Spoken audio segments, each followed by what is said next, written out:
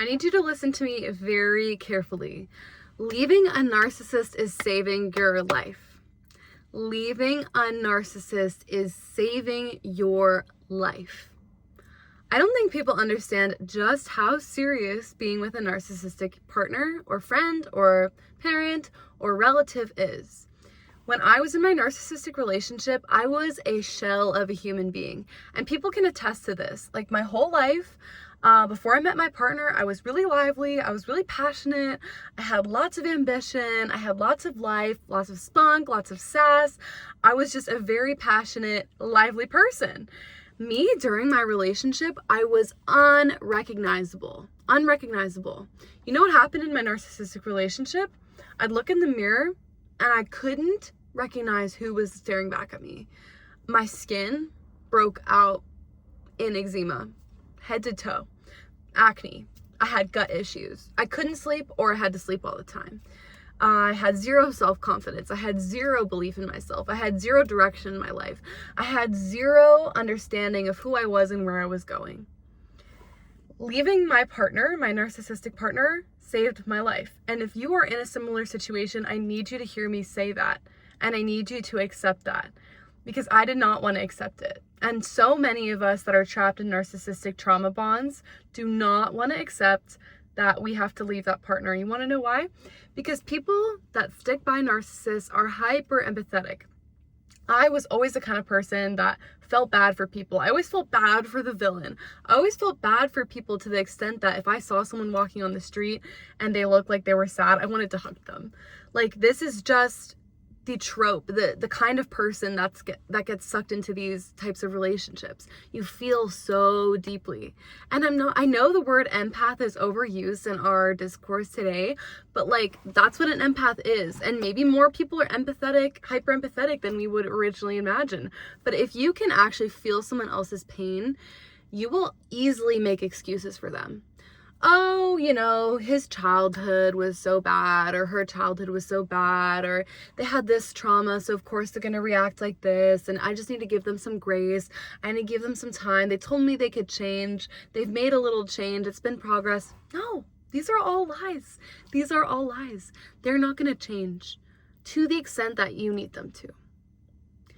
Waiting around for them to change is like waiting for a helicopter to touch down in the ocean. It's not going to happen. That was not the best analogy, but you know what I mean. Like, it's not realistic. It's not going to change. They're not going to change. Think about a time that you had to change yourself. Like, you had to change a study habit. You had to change something you were addicted to. You had to change some toxic trait that you had, or break a pattern that's been long established. How hard was that for you to do? And how successful were you? Think about every time New Year's rolls around. Oh, new year, new me, weight loss, healthy eating. I'm going to meditate. I'm going to do this. I'm going to do that. And then the year comes, January, February, March, April. By May, you forgot your original goals. It's so hard to change ourselves. And if you know that your partner or your friend or your family member that exhibits narcissistic traits needs to change, just don't hold your breath. Because a lot of the times, narcissists don't even recognize they're narcissistic. They don't even accept it. Even in my case, my partner was diagnosed in front of my eyes in therapy, diagnosed as a narcissist. He was like, no, I'm not. So if they're going to change, first they need to accept it. Half the time people don't want to accept their flaws because flaws aren't pretty. And we love ourselves, hopefully, and we think that we don't need to change things, or we don't have the flaws. Everyone has flaws. Some are worse than others.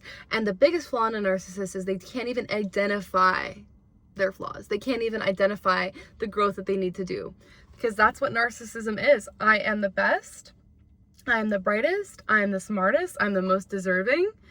And life is just going to go my way because I said so. And of course, it's not my fault. Most people have more self-awareness than this, yes? Like, most people can, oh, texting and driving, I know I need to fix that. Oh, I need to eat healthier, I need to cut sugar. Like, we are aware of it. Narcissists aren't even aware half the time. It's ridiculous how many times my partner told me, I'm going to change, I'll go to therapy, I'll stop doing this, I'll stop doing that, just to get me to trust and open up to him again. And then you know what happened? 2-3 weeks later, the mask fell again. the patterns would repeat. They don't learn. And you don't need to waste your time, your health, your vitality, your precious resources, your soul force to try and see if they're going to change. Don't do it. Get the hell out. Get out. Friend to friend, get out. You don't deserve that. Like, I know I'm talking to a screen right now, but I'm also talking to, I think, people that are like me, that are attracted to this kind of content, that are wondering, like, what is it? What is that thing that needs to get me to switch? What is it that needs to save me? How can I save myself? How can I get out of this situation? And that's another thing I want to talk about. No one is going to save you. Nobody. I wanted so badly for someone to wake me up and shake me out of the nightmare that I was living in. No one's going to do it. You have to save yourself. You have to muster the courage and you have to muster the strength to leave. And the first part of that is acknowledging and accepting the situation you're in. Don't do the denial game. I did that. Look at where it got me. It nearly killed me. Denying how bad my situation was, denying how severe the abuse that I was undergoing, that kept me locked in the relationship. And it wasn't until 6 months after the relationship ended that I actually started to learn and understand, like, oh, that was abuse. It wasn't until my therapist looked at me and said, are you aware that you've been in an abusive relationship? That I kind of took a step back and I was like, really? Because when you're in it, you can't see it. You're so blind to it. And when you leave, you kind of, unfortunately, develop a resentment to the people that saw you and saw that you weren't yourself and you weren't living anymore. You were like a zombie walking around this earth. But at the end of the day, just know it's nobody's responsibility to save you. You have to extricate yourself from that relationship. Nobody is going to do it. And yeah, that might rub a little salt into the abandonment wound that might have been there that caused you to enter this trauma bond narcissistic relationship in the first place. But guess what? The most important person in your life is you. It's not your friend, it's not your sister, it's not your brother, it's not your mom, it's not your dad, it's not your partner. You are the only person that gets to spend every single second of this life with you. So unless you develop a spine, unless you develop the strength, muster the courage, muster the bravery, I know it's not easy. I know you want to cling on for it, this relationship, this friendship, this pattern for your dear life, because you believe in the goodness. You believe that people can change. You believe them.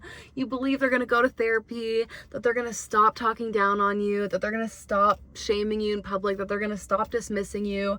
Stop doing that. They're not.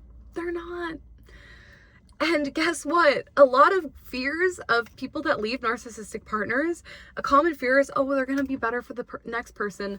No, they're not. And if they are, they weren't good with you. So why would you stay with that, you know?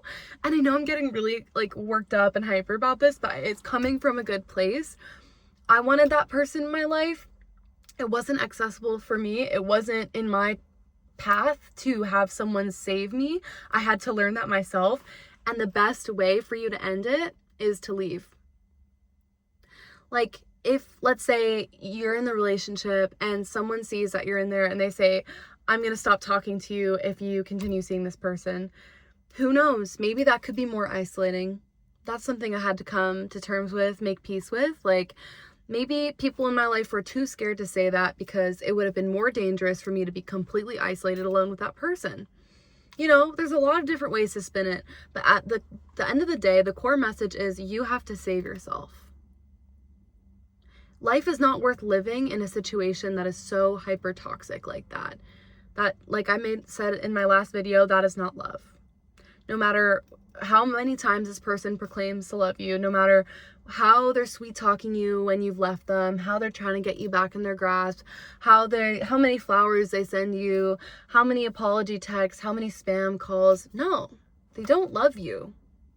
And honestly, you don't love yourself if you're willing to withstand that. I did not love myself in that relationship. That is soul crushing to say and accept and acknowledge, but that's the truth. Someone that loves and respects themselves does not tolerate that. They get out, and that's what you need to do if you want to live the aligned, happy, healthy version of your life that you're destined to live. There's so much potential. There's so much work to be done in this life. There's so much love. There's so much peace. There's so much happiness. Why would you waste your time with someone that is sucking all that away from you? That makes you question your will to live. You know what my partner said when I told him one time? I was like, I really don't feel okay. Like sometimes, and I'm not a suicidal person. I never have been. Like, I don't think of offing myself ever, but in the relationship, I just thought like, I don't want to be alive anymore. That's really serious. That is a matter of life and death. So save yourself. Save yourself. They're not going to change. And you have to get out. You have to get out. I will tell you that till the end of my days, you have to leave. Don't stay. Don't wait around. It's not going to get better. The only way your life is going to improve is if you leave and you get out of that toxic situation. Period. That's it. I know that's an intense message. I hope you know that it's said with love. My channel is for people that have survived emotionally scarring, narcissistic relationships, people that are healing, people that are looking to build their confidence. I'm here for you. I've been on the journey. It's very fresh. I've transformed from it, and I have the tools and the knowledge to help you do the same. So I invite you to stick around, drop a subscribe. Love you so much, and I'll see you in the next video.